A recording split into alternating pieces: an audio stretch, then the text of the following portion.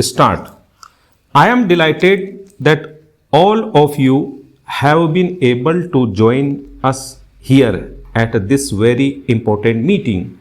This meeting is important in many ways, but more so because the subject that you are going to discuss has great relevance for improving our cooperative credit delivery system, which in turn is vital for a qualitative jump in the performance of our agriculture.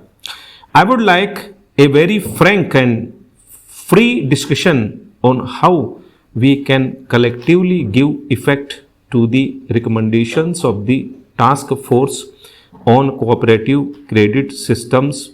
Let me first thank Professor Vaidya and his colleagues for their excellent work.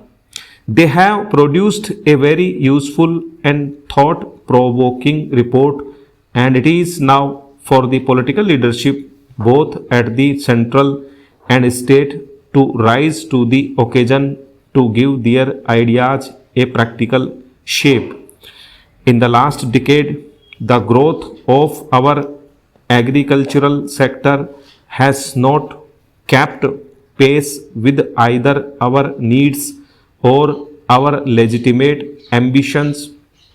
If our economy has to grow at 7 to 8% per annum, and it must do so if we have to eliminate poverty within the next decade, agriculture too must demonstrate a growth rate of about 4% per annum. For this to happen, there has to be a major improvement in our agricultural production practices. There has to be greater commitment to innovation in the technologies that are brought to bear in farming and an enhancement in the investments being made in the entire agricultural production chain. This requires, and that is inevitable, growing monetization and growing commercialization of the agricultural economy, perhaps at a pace never thought of before. As our agricultural system gets commercialized with increasing participation of farmers in markets not only for agricultural products but also for agricultural inputs, farming starts taking on a new commercial and economic meaning.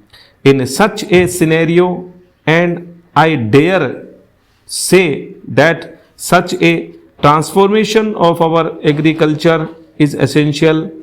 Easy availability of agricultural credit has a very important influence on agricultural production, on agricultural investment, and on technological upgradation of our agriculture.